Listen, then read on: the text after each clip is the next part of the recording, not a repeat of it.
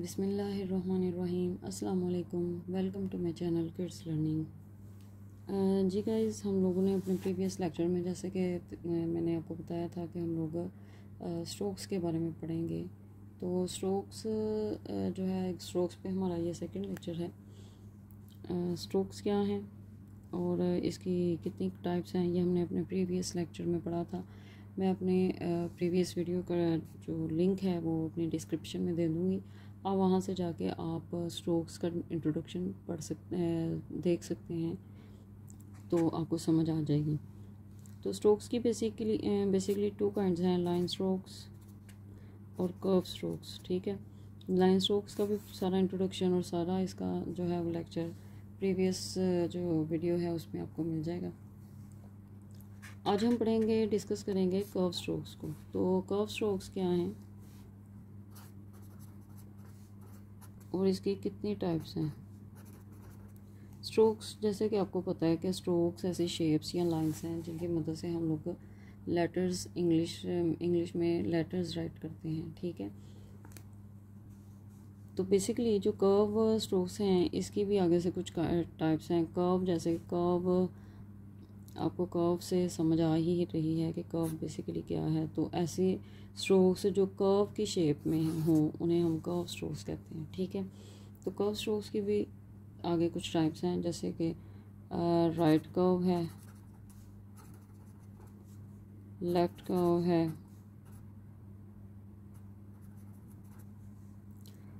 Then upward curve,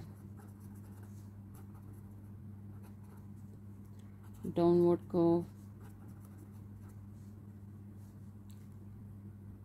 upward hook, downward hook,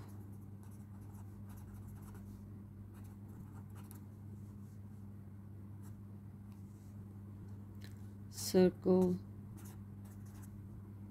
dot.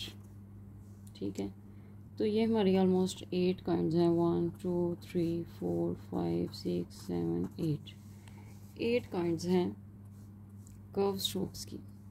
अब हम देखेंगे कि ये स्ट्रोक्स हम लोग कहाँ पर इस्तेमाल करते हैं और किस तरह से इस्तेमाल होते हैं, इनकी शेप्स क्या हैं। तो राइट कर्व देखेंगे तो राइट कर्व यूँ राइट साइड पे जैसे हम लोग लिखते हैं डी, तो डी में हम लोग एक स्टैंडिंग लाइन इस्तेमाल करते हैं और उसके साथ हम लोग राइट कर्व इस्तेमाल करते हैं। ओके, उसके बाद आ जाती है बारी लेफ़्ट कर्व की। तो लेफ़्ट कर्व बिल्कुल इसके ऑपोजिट यूँ, तो ये बिल्कुल सी की शेप में है।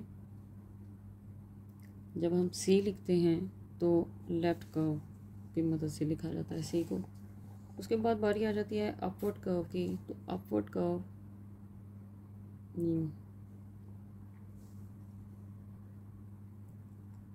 जब हम यू लिखते हैं तो हम लोग अपवर्ड कर्व को इस्तेमाल करते हैं। उसके बाद बारी आ जाती है डाउनवर्ड कर्व। तो डाउनवर्ड कर्व जो है वो हम लोग इस्तेमाल करते हैं जब हम लोग बेसिकली छोटी ABC जब लिखते हैं, जो स्मॉल लेटर्स होते हैं सॉरी, तो उसमें इस तरह से, जैसे N H M एट्सेट्रा। उसके बाद बारी आ जाती है अपवर्ड हुक की। तो अपवर्ड हुक क्या है, अपवर्ड हुक की शेप होती है इस तरह से, जैसे एक छड़ी। ठीक है, इसकी एग्जांपल अगर हम देखें तो हम लोग इसकी एग्जांपल देखेंगे F में। स्मॉल लेटर्स राइट करते हुए जब हम लोग F लिखते हैं तो उसमें हम लोग अपवर्ड हुक इस्तेमाल करते हैं। आ जाती है बारी डाउनवर्ड हुक की।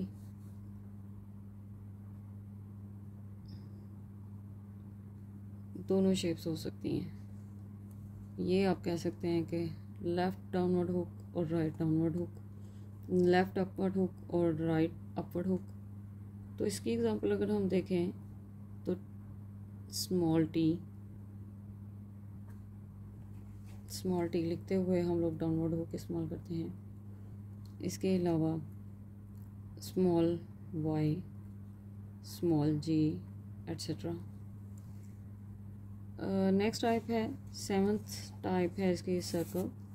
तो सर्कल जो है, सर्कल चूँकि दायरे को कहते हैं, तो दायरे की शक्ल में हम अपना कौन सा अल्फ़ाबेट लिखते हैं? ओ, स्मॉल बी और कैपिटल बी। कैपिटल ओ और स्मॉल ओ दोनों ही सर्कल की फॉर्म में लिखे जाते हैं। इसके अलावा अगर हम देखें तो मतलब हम लोग अगर डी लिखें तो डी भी एक तरह का एक सर्कल पहले लिखा जाता है और उसके बाद इस तरह से हुक आ जाती है साथ, ठीक है। उसके बाद लास्ट वन है डॉट। डॉट नुक्ते कहते हैं। इसको हम कहाँ पर इस्तेमाल करते हैं? जब हम लोग स्मॉल जे लिखते हैं तो उसमें हम लोग इस्तेमाल करते हैं। आई लिखते हैं, इसको ऐसे भी लिखा जा सकता है, ऐसे भी लिखा जा सकता है, तो उसमें हम लोग ये डॉट इस्तेमाल करते हैं।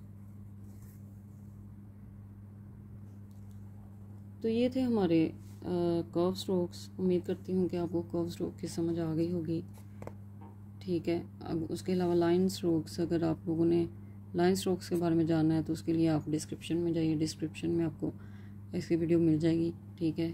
तो उससे आपका स्ट्रोक्स का मुकम्मल कॉन्सेप्ट क्लियर हो जाएगा। आई होप कि आपको वीडियो अच्छी लगी होगी। अगर ऐसा है तो प्लीज़ मेरे चैनल को सब्सक्राइब कीजिएगा, लाइक कीजिएगा और शेयर कीजिएगा।